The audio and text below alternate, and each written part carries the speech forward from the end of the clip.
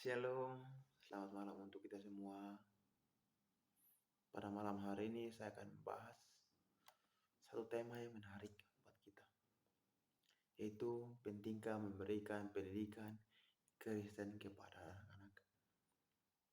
Bagi orang yang beriman, percaya kepada Yesus Kristus, pertanyaan mengenai apakah pendidikan Kristen kepada anak-anak itu penting atau tidak, sudah pasti jawabannya ya. Lalu mengapa menanyakan soal ini? Karena pertanyaan tersebut datang dari berbagai perspektif di dalam iman Kristen. Mungkin pertanyaan yang sebenarnya adalah siapa yang seharusnya bertanggung jawab mengajarkan kebenaran Kristen kepada anak saya? Atau haruskah pendidikan anak saya dilakukan di sekolah negeri, swasta, atau di rumah? Banyak sekali pendapat mengenai topik ini. Beberapa bahkan menjadi perdebatan emosional dan tanpa batas. Karena kita mencari tahu perspektif yang alkitabiah. Ayat-ayat dalam perjanjian lama mengenai pendidikan pada anak bisa ditemukan dalam kitab Ulangan 6 ayat 5 sampai 8. Dikatakan bahwa kasihanilah Tuhan Allahmu dengan segenap hatimu dan dengan segenap jiwamu dan dengan segenap kekuatanmu. Apa yang kuperintahkan kepadamu hari ini haruslah engkau perhatikan.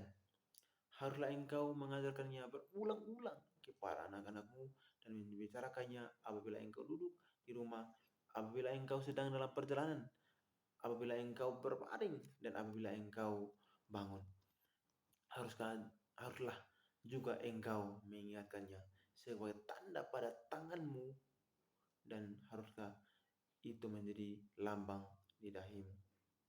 Budaya orang Ibrani seharusnya para ayah dengan tekun mengajar anak-anaknya firman Tuhan demi pertumbuhan rohani mereka. Pesan dalam ayat ini diulang kembali dalam perjanjian baru, di mana Paulus menyerukan para orang tua mendidik anak-anak mereka dalam mengajarkan dan nasihat Tuhan. Dalam Efesus 6 ayat 4 dan juga kitab Amsal pasal 22 ayat 6. Juga menyuruh para orang tua untuk didiklah orang muda menurut jalan yang patut baginya, maka pada masa tuanya pun ia tidak akan menyimpang daripada jalan itu. Mendidik bukan hanya melalui pendidikan formal, tapi juga melalui pendidikan di rumah. Oleh para orang tua, itulah pendidikan dini bagi si anak. Pengajaran ini dirancang untuk menanamkan dasar yang kokoh bagi hidup si anak. Mengenai pendidikan formal, ada kesalahan pahaman yang harus diluruskan. Pertama, Allah tidak menyatakan bahwa hanya para orang tua yang boleh mendidik anak. Kedua, Allah tidak menyatakan bahwa pendidikan di sekolah umum itu buruk, buruk, sehingga kita hanya boleh mendidik anak di sekolah Kristen atau di rumah. Prinsip-prinsip di Alkitab yang seharusnya menjadi pedoman utama kita. Allah tidak pernah memerintahkan para orang tua untuk menghindari pendidikan di luar rumah. Jadi, ketika kita menyatakan metode yang alkitabiah untuk pendidikan formal hanya merupakan pendidikan di rumah atau di sekolah Kristen, itu seperti kita sedang mencoba menambahi pendapat kita atas kebenaran firman Tuhan. Jangan sampai kita menggunakan Alkitab untuk membenarkan pendapat kita. Sebaliknya, kita justru harus menyatakan pendapat hanya berdasarkan kebenaran Alkitab saja. Sebaliknya, kita juga tidak menyatakan kalau hanya guru-guru berijazah yang dapat mendidik anak-anak kita.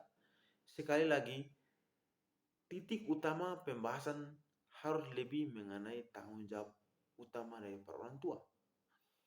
Prinsip diajarkan Alkitab bukan mengenai tipe pendidikan seperti apa yang seharusnya diberikan bagi anak-anak, tapi paradigma seperti apa supaya mereka bisa menyaring setiap informasi dengan baik. Dalam kitab Ibrani pasal 10:25 dikatakan juga diarahkan bahwa Allah memerintahkan orang Kristen, janganlah kita menjauhkan diri dari pertemuan-pertemuan ibadah kita, seperti kebiasaan oleh beberapa orang, tetapi mari kita saling menasihati dan semakin giat melakukannya. Menjelang hari Tuhan yang mendekat, tubuh Kristus menjadi bagian kita, menjadi bagian tak terpisahkan dalam urusan pendidikan anak. Karena bisa membantu para orang tua dalam mengasuh dan mendidik anak terkait dengan hal-hal di luar rumah. Misalnya, pendalaman Alkitab di gereja dan sekolah minggu menjadi yang baik dan penting. Jadi, tidak masalah tipe sekolah apa yang dipilih para orang tua yang seharusnya bertanggung jawab atas pendidikan rohani anak-anak. Guru di sekolah Kristen bisa saja salah, pendeta juga bisa salah, dan para orang tua juga bisa salah. Terutama terkait pemahaman teologi pada saat kita mendidik hal-hal yang bersifat rohani pada anak-anak, mereka harus paham bahwa satu-satunya sumber kebenaran yang mutlak ialah Alkitab. Oleh sebab itu,